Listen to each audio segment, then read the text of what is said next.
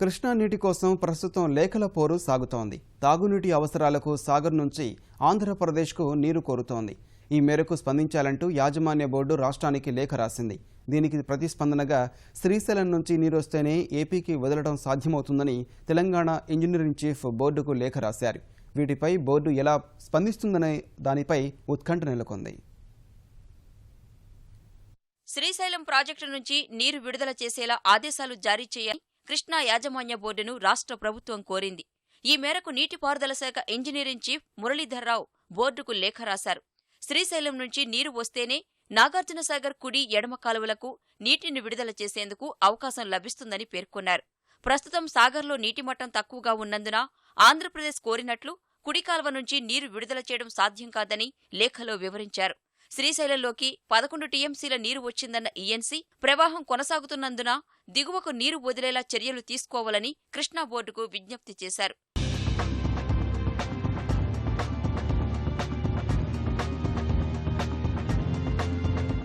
ఈ నెల 20న జరిగిన భేటీలో నీటి విడుదలకు ఇరు రాష్ట్రాలు డిమాండ్ చేశాయి.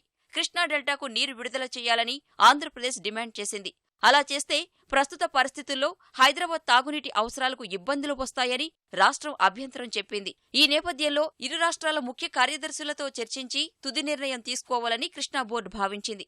ఈ సమావేశం జరగకపోగా హైదరాబాద్కు తాగునీటి విడుదల చేస్తున్నట్టే సాగర్ కుడి కాలువకు నీరివ్వాలని ఆంధ్రప్రదేశ్ కృష్ణా బోర్డుకు లేఖ రాసింది. ప్రకాశం, గుంటూరు జిల్లాల్లో తాగునీటి ఎద్దడి తీవ్రంగా ఉందన్న కలెక్టర్ల నివేదికలను లేఖలో ప్రస్తావించింది. దీనిపై చర్యలు తీసుకోవాలని రాష్ట్రాన్ని బోర్డు కోరగా శ్రీశైలం నుంచి సాగర్కు వదిలితేనే కుడి కాల్వకు నీరివ్వడం సాధ్యమవుతుందని స్పష్టం చేస్తూ తిరిగి ఈఎన్సీ లేఖ రాశారు.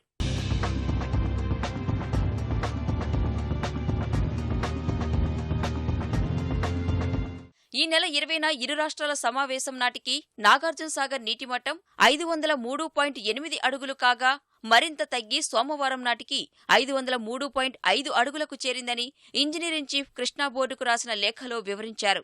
నీటిమట్టం 503 అడుగుల కన్నా తగ్గితే హైదరాబాద్ తాగునీటి అవసరాలకు పంపింగ్ చేయలేమని జెన్కో అధికారులు నిర్ధారించారని వివరించారు. 505 అడుగుల నుంచి నీటిని తీసుకునేలా చేసిన ఏర్పాట్ల వల్ల ప్రస్తుతం 525 క్యూసెక్కులకు బదులు 400 క్యూసెక్కులనే జలమండలి అధికారులు తీసుకోగలుగుతున్నారని లేఖలో స్పష్టం చేశారు. హైదరాబాద్కు నిరంతరం నీటి సరఫరా అవసరం ఉన్నందున శ్రీశైలం నుంచి సాగర్కు నీరు వదిలేలా ఆదేశాలివ్వాలని కృష్ణా బోర్డుకు రాసిన లేఖలో స్పష్టం చేసింది.